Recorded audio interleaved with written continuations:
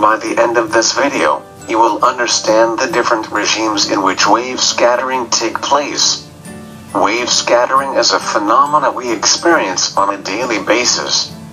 For example, when we receive a cell phone signal in the interior of a building, or when we are able to hear a conversation from behind an obstacle, or when we see water ripples bend around a stone.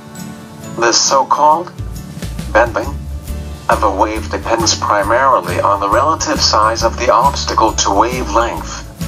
Finite difference time domain (FDTD) is a numerical analysis technique used for modeling computational electrodynamics. This is a widely used technique in which space is divided into a discrete grid and then the fields are evolved in time using discrete time steps. And one can simulate many practical problems essentially exactly. For example, this is the simulation of total internal reflection occurring inside a glass prism. Now, let's move on to see the simulation of wave encountering a very small object placed in front of a point source. The blue color represents the positive maximum and yellow color represent the negative maximum. The size of the object is 1/4 of the wavelength and it can be concluded that the wave is almost undisturbed by the presence of very small obstacle compared to the wavelength. Now, consider the second case in which the size of the object is increased. The size of the obstacle is equal to the wavelength.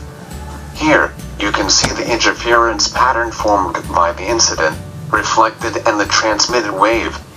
The wave bend around the corner and some intensity of it can be seen in the immediate right side of the obstacle. So we can conclude that when the size of the object is in order of the wavelength, diffraction becomes more evident. Now, consider the third case in which size of obstacle is 7 times the wavelength. It effectively shadows the wave. No intensity of the wave is observed in the right side of the obstacle. This is the table for all the design parameter used in the simulation. Lattice is the computational domain surrounded by PML layer to absorb the outgoing waves. The resolution is 20, which means each unit is discretized into 20 parts in each direction. All the parameters are in meep unit. And this is the meep code for its implementation. Hope you enjoyed the video. Thank you.